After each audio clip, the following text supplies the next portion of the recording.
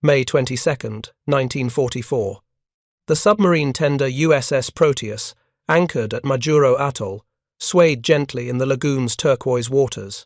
Commander Richard O'Kane stood on the forward deck of USS Tang, watching crews load Mark 18 torpedoes into his boat's forward tubes. Around him, across this vast anchorage that served as the Pacific Submarine Force's forward operating base, dozens of fleet submarines prepared for patrol. Each would carry 24 torpedoes. Each would hunt alone across thousands of miles of ocean.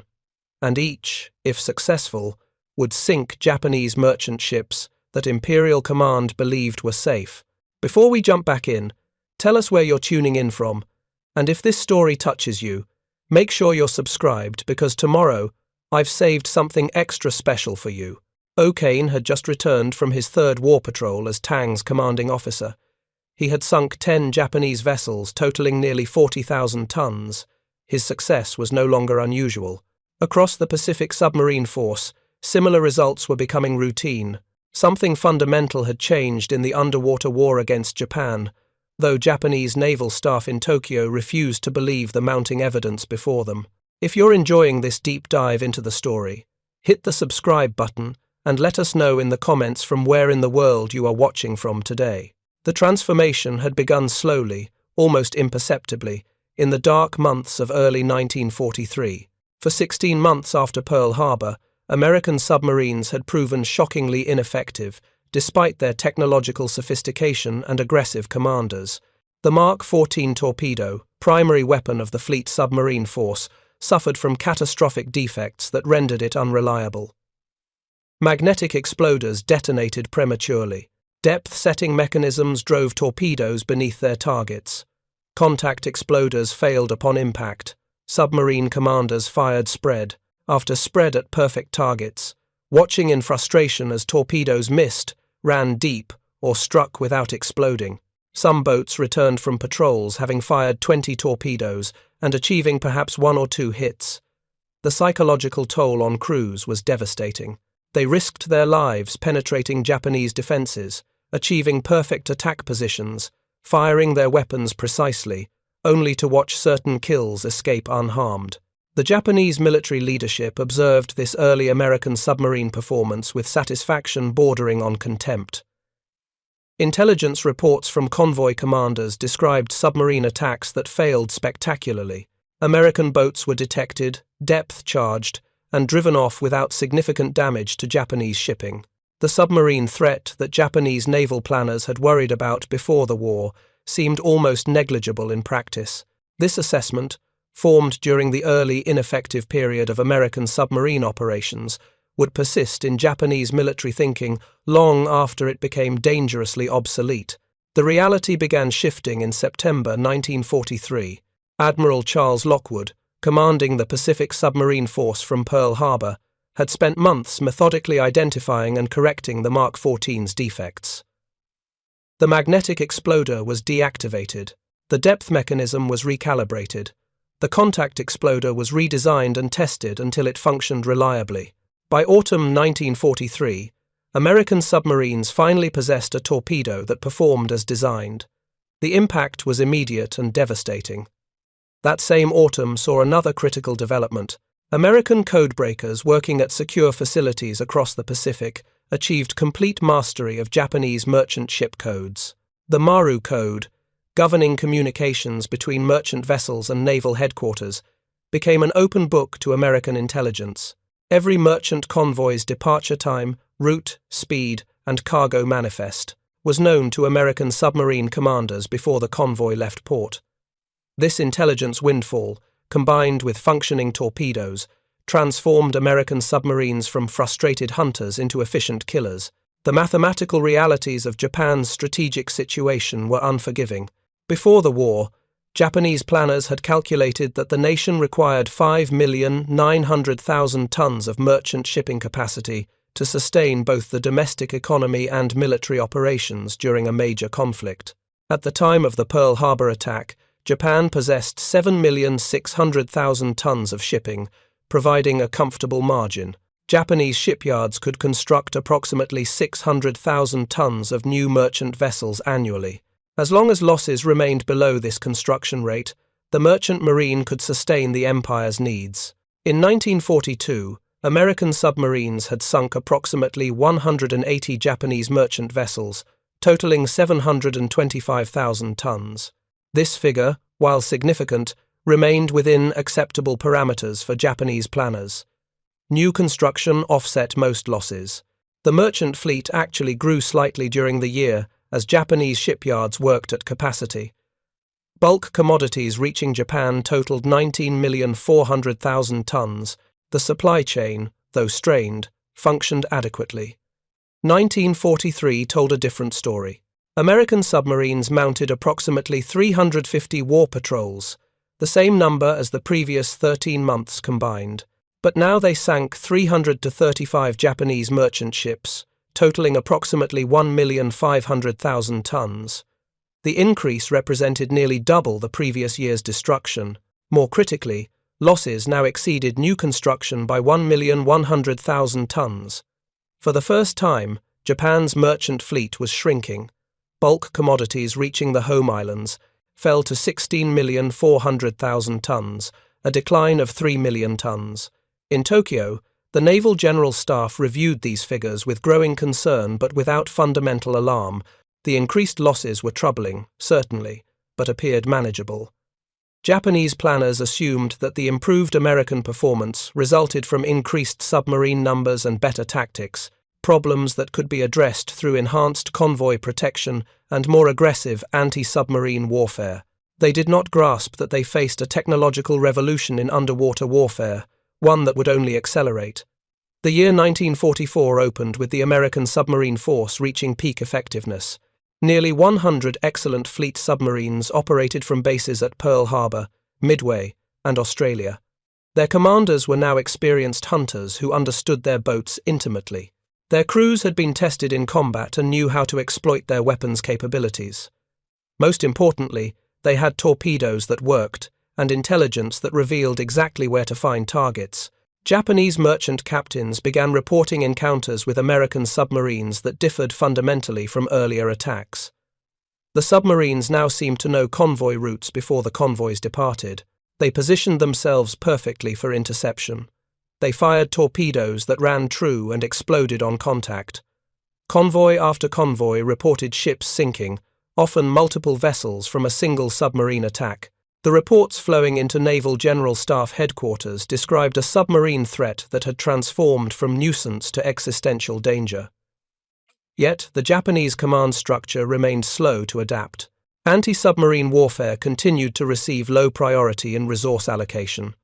Japanese destroyers and escort vessels, while numerous, lacked the radar and sonar equipment that made Allied escorts so effective.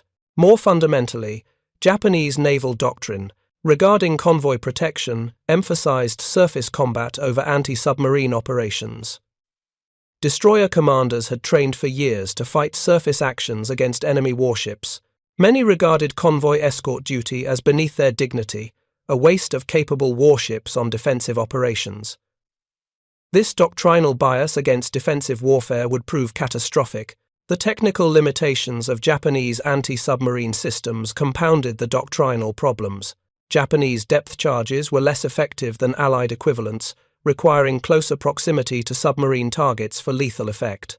Japanese sonar, when available, lagged significantly behind American and British systems in range and precision. Japanese destroyers had impressive night fighting capabilities, optimized for surface combat, but struggled to detect and track submerged submarines. American submarine commanders learned quickly that Japanese escorts could often be evaded through relatively simple maneuvers. The technological advantage that Allied navies had developed in anti-submarine warfare simply did not exist in Japanese hands. By mid-1944, American submarine commanders operated in Japanese waters with remarkable impunity.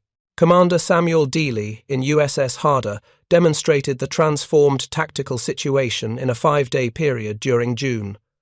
Harder encountered 5 Japanese destroyers on separate occasions. Rather than diving deep and evading, as doctrine would have suggested earlier in the war, Dealey attacked each destroyer aggressively. All 5 were sunk. The psychological impact on Japanese destroyer crews was profound. Their surface combatants, supposedly the predators hunting American submarines, had become prey themselves. The tonnage figures for 1944 reveal the full scale of catastrophe descending on Japan's maritime supply system. In approximately 520 war patrols, American submarines sank 603 Japanese merchant ships, totaling about 2,700,000 tons. This represented more tonnage destroyed than in the entire first 25 months of the war combined. When combined with losses to aircraft and mines, total Japanese merchant shipping losses for 1944 approached 3,500,000 tons. Japanese shipyards, working at maximum capacity, constructed approximately 700,000 tons of new vessels. The net loss exceeded 2,800,000 tons. Japan's merchant fleet was being destroyed at 4 times the replacement rate. The strategic implications became visible in Japan's import figures. Bulk commodities reaching Japan fell from 16,400,000 tons in 1943 to less than 10 million tons in 1944. This represented a decline of nearly 50% in 2 years. Critical resources became scarce across Japanese industry. Aluminum imports, essential for aircraft production, fell dramatically. Rubber imports, necessary for virtually all military equipment, declined to negligible levels. Most critically, oil imports dropped precipitously. Japan had gone to war in 1941, primarily to secure access to the oil fields of the Dutch East Indies. Now American submarines were systematically destroying the tanker fleet that transported that oil to Japanese refineries. The Imperial Army's decision in early 1944 to shift focus from the Asian continent to the Pacific theater created an additional crisis that intersected catastrophically with the submarine campaign. Previously, Japanese ground forces had concentrated on operations in China and Burma, where troops could be supplied overland. The American advance across the Central Pacific forced Japan to deploy massive reinforcements to island garrisons from the Philippines to the Marianas.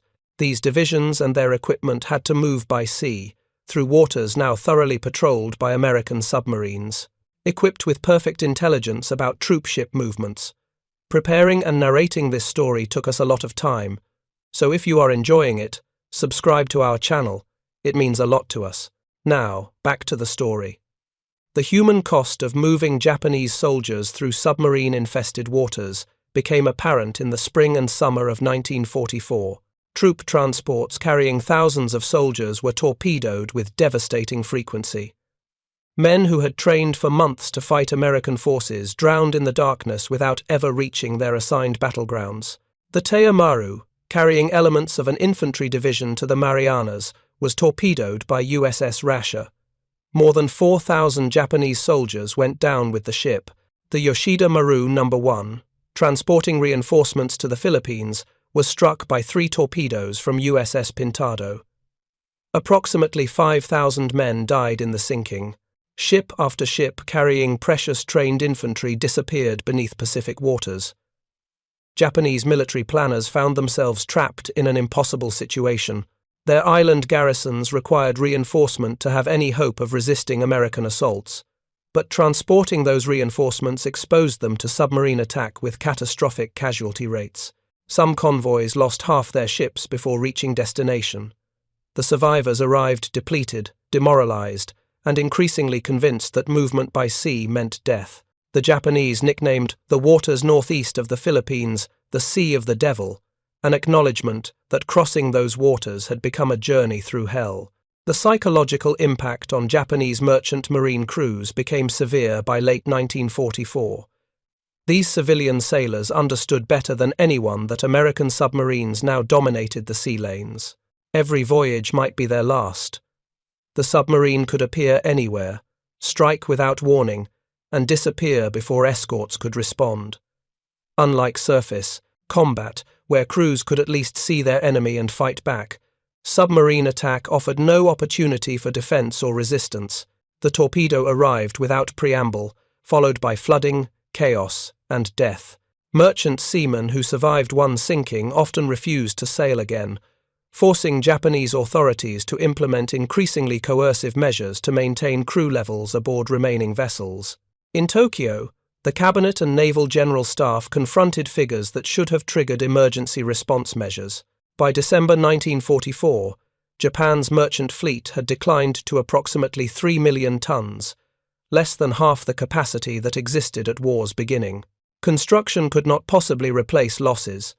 Import levels had collapsed below the minimum required to sustain the war economy. Industrial production across multiple sectors was declining for lack of raw materials, yet the response remained inadequate to the crisis. Resources continued to flow primarily to the combined fleet's capital ships and to Army ground forces. Anti-submarine warfare remained a secondary priority, addressed with insufficient resources and outdated equipment. The fundamental failure was one of recognition. Japanese military leadership had formed their assessment of the American submarine threat during the period when defective torpedoes rendered American boats relatively ineffective. That assessment, once established in command thinking, proved remarkably resistant to revision despite mounting evidence. Reports from convoy commanders describing devastating submarine attacks were dismissed as exaggerations or explained away as anomalies. The systematic nature of American success, enabled by working torpedoes and comprehensive intelligence, was never fully grasped by Japanese planners until far too late. By the opening of 1945, the destruction of Japan's merchant marine was essentially complete. American submarines prowled waters that had once been considered safely under Japanese control, finding progressively fewer targets. The few remaining merchant vessels tried to move only at night, hugging coastlines, hoping to avoid detection. But American submarines had been fitted with sophisticated radar systems that detected surface contacts at ranges exceeding 10 miles even in darkness. The coastal waters offered no sanctuary. One by one, the remaining vessels were identified, intercepted, and destroyed. The statistical record compiled by the Joint Army-Navy Assessment Committee after the war revealed numbers that Japanese commanders had refused to believe even as the catastrophe unfolded around them. American submarines sank 1,113. Japanese merchant vessels, totaling 4,779,902 tons. This represented 54.6% of all Japanese merchant shipping destroyed during the war. Additionally, American submarines sank 201, Japanese naval vessels totaling 540,192 tons, including the battleship Kongo, 8 aircraft carriers, and 11 cruisers. The underwater campaign had destroyed more than half of Japan's merchant marine and nearly one-third of its navy. The human cost extended far beyond the sailors who went down with their ships.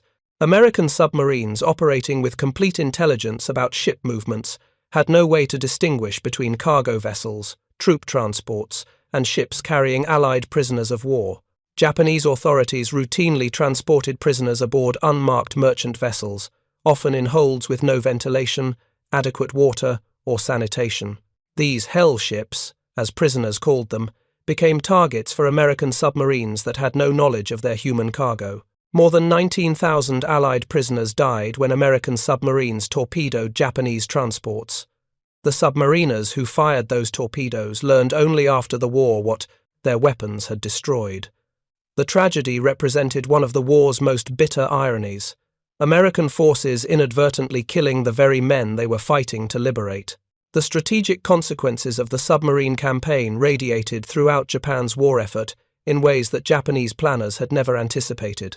The destruction of the tanker fleet meant that Japanese carriers and battleships, even when functional and manned, often remained in port for lack of fuel. The combined fleet, which had begun the war as a formidable striking force, became progressively immobilized as oil imports ceased. By 1945, major Japanese warships were assigned to harbors near remaining oil sources, not because of tactical considerations, but because they lacked fuel to steam elsewhere. The proud navy that had struck Pearl Harbor now sat idle, its magnificent ships rendered impotent by the methodical destruction of the merchant vessels that should have kept them supplied. The impact on Japanese aviation proved equally devastating. Aircraft production remained relatively high through early 1945, with factories turning out fighters and bombers at impressive rates. But aluminum imports, dependent on merchant shipping, had collapsed. Japanese aircraft manufacturers resorted to increasingly desperate measures, incorporating wood and other substitute materials into designs intended for metal construction. The quality of aircraft declined noticeably. More critically, aviation fuel imports disappeared almost entirely. Freshly manufactured aircraft sat on airfields unable to fly because no fuel existed to power them. Pilots received minimal training because fuel could not be spared for practice flights. The kamikaze tactics adopted in the war's final year reflected not just desperate strategy, but practical necessity. One-way missions required far less fuel than conventional operations. If you find this story engaging, please take a moment to subscribe and enable notifications. It helps us continue producing in-depth content like this. The collapse of food imports created crisis conditions across Japanese home islands by 1945.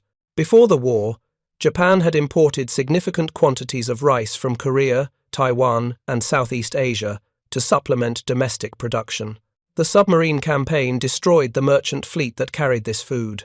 By spring 1945, the Japanese government implemented severe rationing, reducing daily caloric intake to less than 2,000 calories per person. Malnutrition became widespread in urban areas.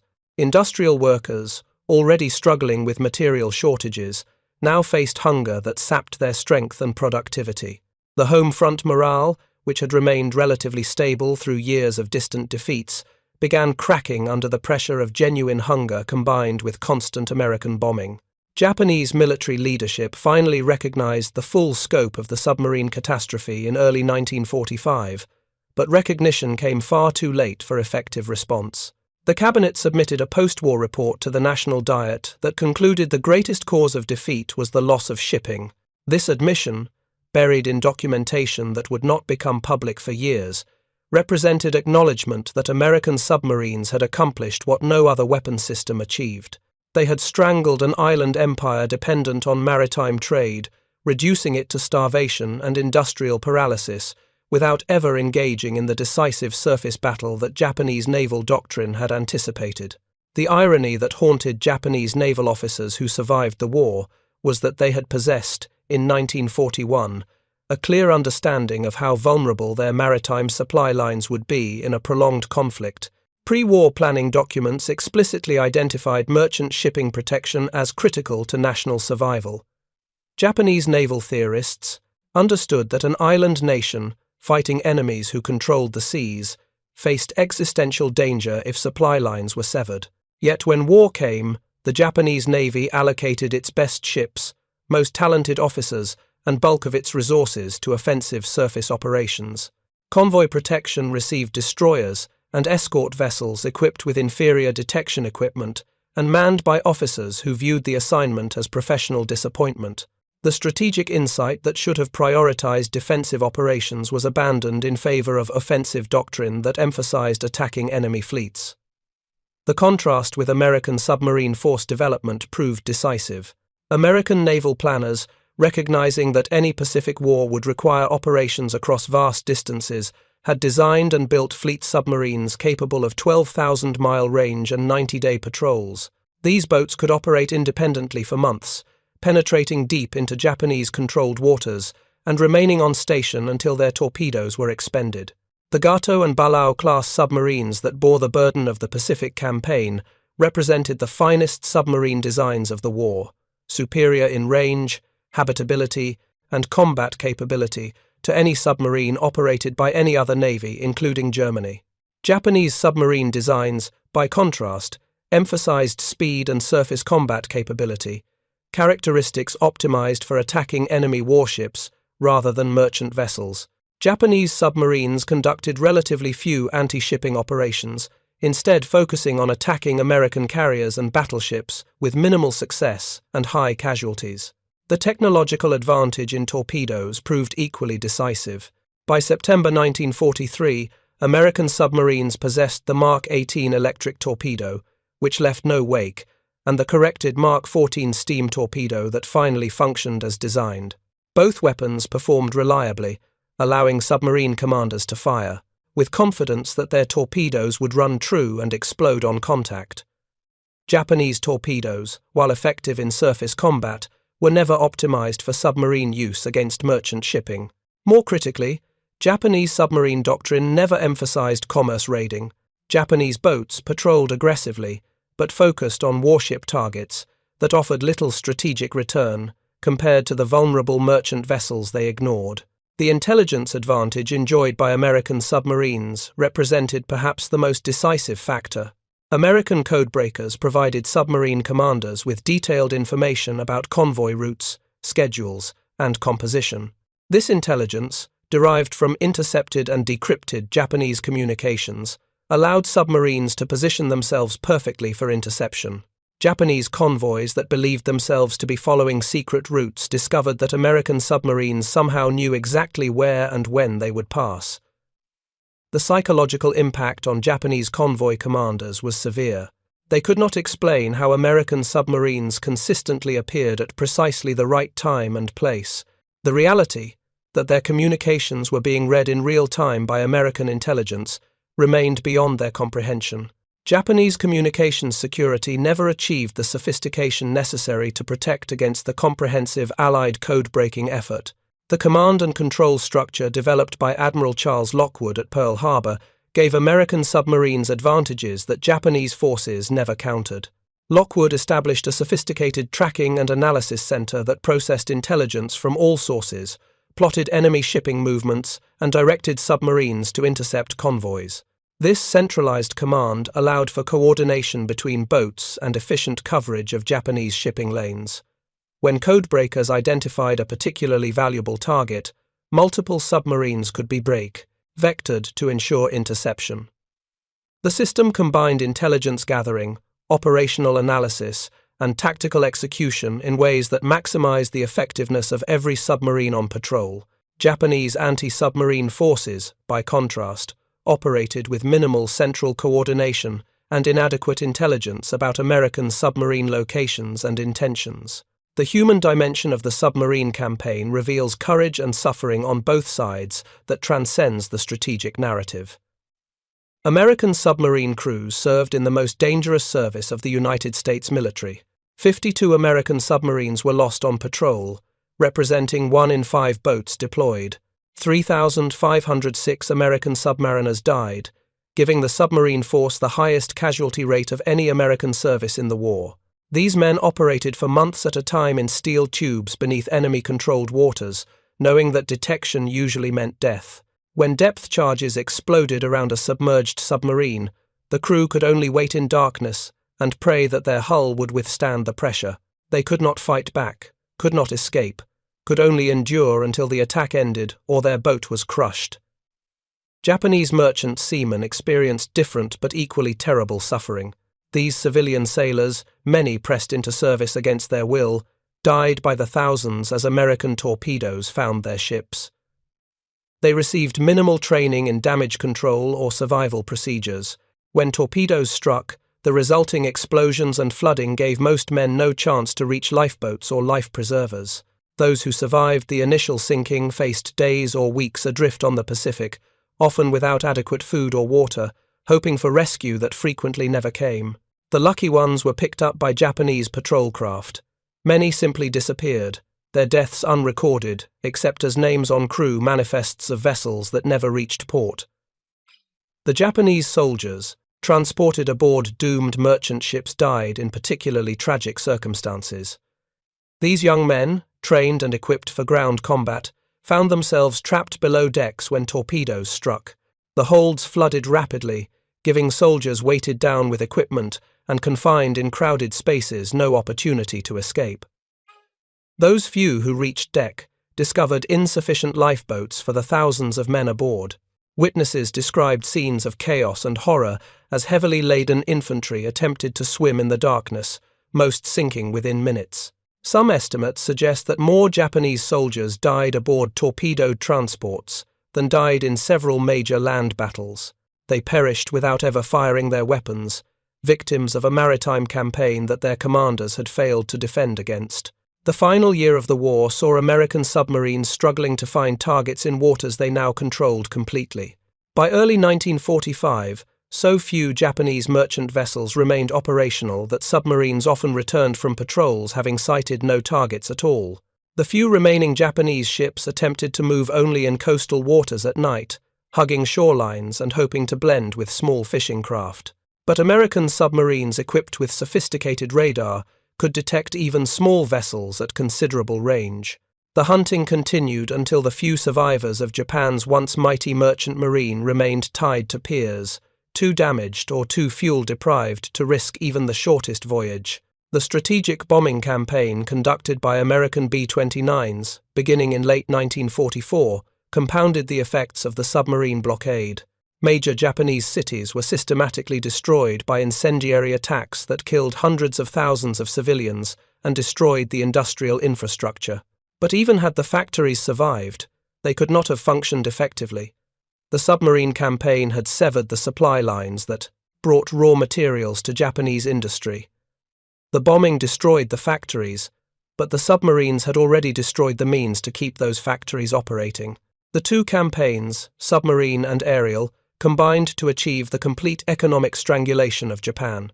The atomic bombings of Hiroshima and Nagasaki in August 1945 produced the immediate shock that forced Japanese surrender. But the underlying reality was that Japan had already been defeated by the combination of submarine warfare, strategic bombing, and the destruction of its merchant marine. Even without the atomic bombs, Japan could not have continued the war much longer. Food supplies were approaching exhaustion. Fuel reserves were depleted. Industrial production had collapsed. The home islands faced starvation and complete economic breakdown. The submarines had achieved what they were designed to accomplish. They had strangled an island empire dependent on maritime commerce, reducing it to helplessness without the decisive surface battle that Japanese doctrine had anticipated. The post-war analysis conducted by American naval historians revealed that the submarine campaign had been even more effective than wartime estimates suggested. The final verified figures showed that American submarines accounted for more enemy tonnage destroyed than all other American forces combined, including surface ships, aircraft, and mines. This achievement came from a force that never exceeded 263 boats on active duty and represented less than 2% of United States naval personnel. The return on investment, measured in enemy tonnage destroyed per submarine deployed, exceeded any other naval weapon system of the war. The fleet submarines designed in the interwar period and dismissed by many pre-war naval officers as auxiliary vessels had proven to be the war's most decisive naval weapons. Japanese naval officers who survived the war and later reflected on the submarine campaign universally acknowledged that the merchant marine's destruction represented the single most important factor in Japan's defeat. Admiral Yonai Mitsumasa, who served as Navy Minister during critical war years, stated in post-war interrogations that the submarine blockade had made continued resistance impossible regardless of any other factors. The food situation alone, he explained, would have forced surrender within months, even without atomic bombs or invasion threat. Other senior Japanese officers echoed this assessment. The submarines had accomplished what 4 years of bitter fighting across thousands of miles of Pacific islands had sought to achieve. They had forced Japan to accept that continuing the war meant national extinction through starvation. The legacy of the Pacific submarine campaign influenced post-war naval doctrine across all major powers. The effectiveness of unrestricted submarine warfare against merchant shipping, demonstrated conclusively by American success against Japan, became a central element of Cold War naval planning. Soviet submarines were designed and deployed with commerce raiding as a primary mission, reflecting lessons learned from watching American submarines strangle Japan. American and British navies developed increasingly sophisticated anti-submarine capabilities, recognizing that protecting sea lanes against submarine attack had become essential to national survival for any maritime power. The technology evolved dramatically, with nuclear propulsion and guided missiles transforming submarine capabilities. But the fundamental strategic lesson remained constant. Submarines could sever the maritime supply lines that modern industrial nations depended upon for survival. The human cost of the campaign, Nearly 60,000 deaths among American submariners, Japanese merchant seamen, Japanese soldiers, and Allied prisoners represents tragedy on a scale that statistics cannot adequately convey. Each of those deaths was an individual story of hopes destroyed and families shattered. The American submariner who drowned when his boat was depth-charged to destruction died far from home in service to his country. The Japanese merchant sailor who went down with his torpedoed ship died trying to earn a living in circumstances beyond his control. The Japanese soldier who drowned in a flooded transport hold died without ever reaching the battle he had trained for. The Allied prisoner who perished when American torpedoes struck his transport died in perhaps the cruelest irony of the entire war, killed by forces from his own nation. Each death diminished the world, regardless of nationality or circumstance.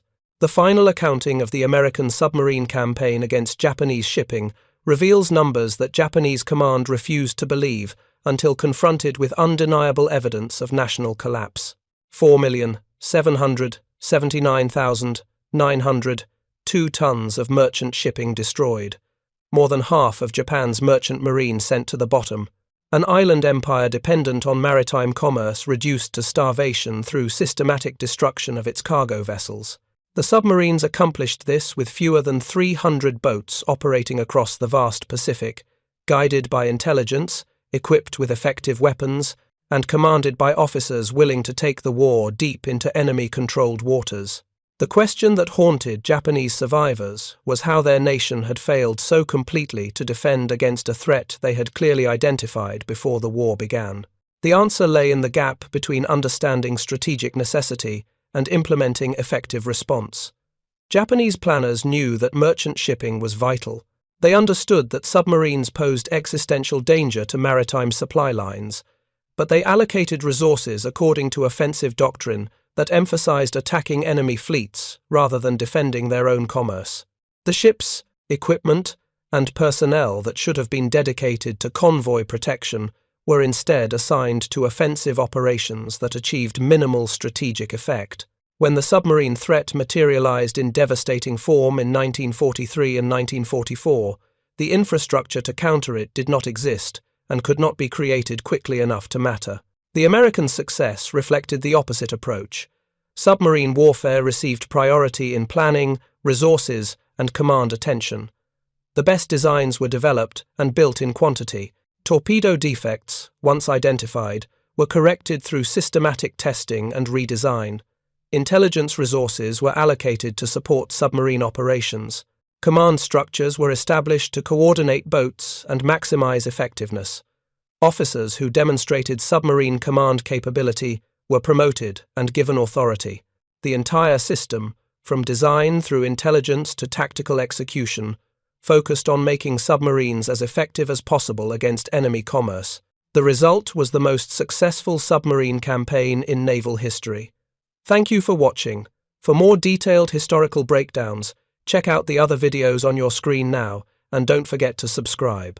The story of how American submarines destroyed 4.5 million tons of Japanese shipping stands as testament to several enduring truths about modern warfare.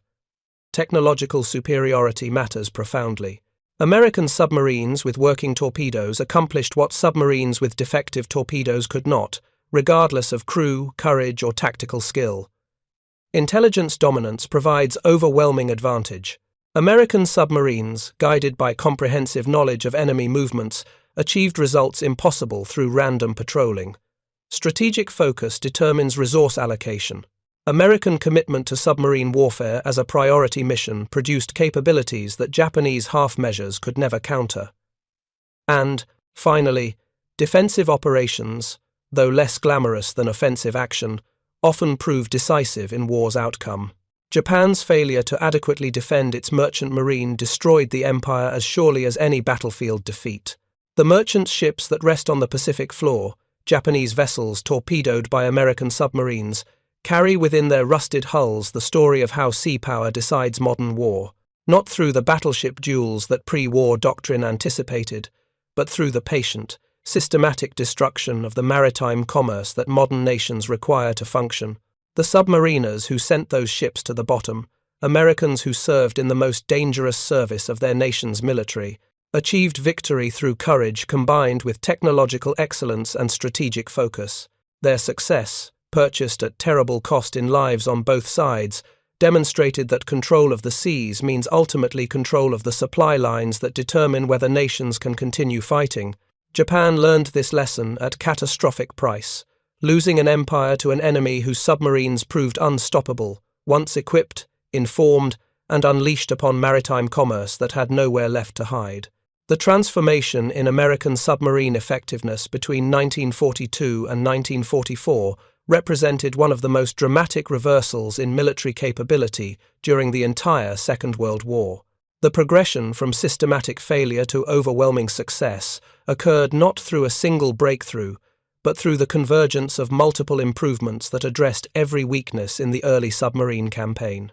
Understanding this transformation requires examining how the American naval establishment overcame institutional resistance, technical failures, and doctrinal limitations to create the most lethal submarine force in naval history. The torpedo crisis that plagued American submarines through the first 20 months of war revealed profound dysfunction within the Navy's Bureau of Ordnance. The Mark 14 torpedo had been developed during the 1930s under conditions of extreme secrecy and minimal testing.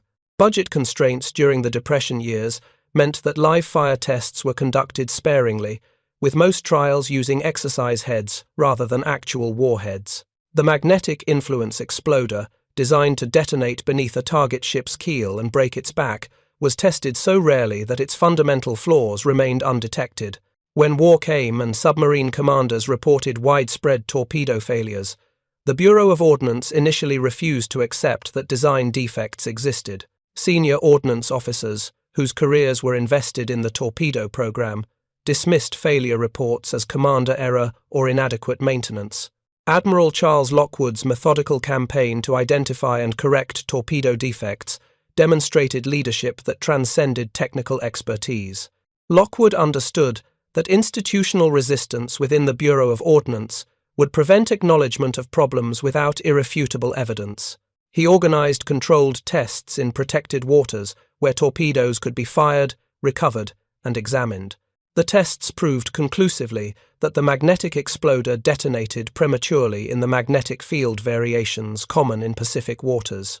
Additional tests demonstrated that the depth mechanism consistently ran torpedoes 11 feet deeper than set, causing them to pass beneath targets. Final tests revealed that the contact exploder's firing pin often bent on impact rather than triggering detonation, especially when torpedoes struck at the 90-degree angle that represented perfect attack geometry. The bureaucratic battle to force Bureau of Ordnance acceptance of these findings consumed months during which American submarines continued operating with defective weapons. Lockwood used his position and reputation to escalate the issue through channels, until Admiral Ernest King, Chief of Naval Operations, intervened directly. King's authority compelled the Bureau of Ordnance to implement corrections that submarine commanders had been requesting since the war's opening months. The magnetic exploder was deactivated in June 1943. The depth mechanism was recalibrated through summer 1943. The contact exploder was redesigned and tested through August and September 1943. By October 1943, American submarines finally possessed reliable torpedoes, nearly 2 years after Pearl Harbor. The impact of corrected torpedoes became immediately apparent in patrol results. Submarines that had returned from earlier patrols with minimal success, despite perfect attack opportunities, now sank multiple ships per patrol. Commander Richard O'Kane in USS Tang exemplified the new effectiveness. On his first 5 war patrols as Tang's commanding officer, conducted between January 1944 and August 1944, O'Kane sank 24 confirmed Japanese vessels. This total exceeded the combined results of many submarines during the entire first year of war. O'Kane's success was not unique. Across the submarine force, commanders with reliable torpedoes achieved results that had been impossible earlier. The tonnage statistics reflected this transformation. Monthly sinkings that had averaged 60,000 tons in 1942 rose to 125,000 tons in late 1943 and reached 225,000 tons by mid-1944. The intelligence revolution that paralleled torpedo correction proved equally decisive. American codebreakers working at secure facilities across the Pacific had struggled through 1942 to master Japanese naval codes. The breakthrough came in stages during 1943 as cryptanalysts identified patterns and exploited Japanese communications security weaknesses. By early 1943, American intelligence could read significant portions of Japanese merchant shipping communications. By spring 1943, the Maru Code governing merchant vessel operations became essentially transparent to American codebreakers. This achievement meant that every Japanese convoy's departure, route, speed, and composition became known to American submarine commanders before convoys cleared port. Up next, you've got two more standout stories right on your screen. If this one hit the mark, you won't want to pass these up. Just click and check them out. And don't forget to subscribe and turn on the notification bell so you don't miss any upload from us.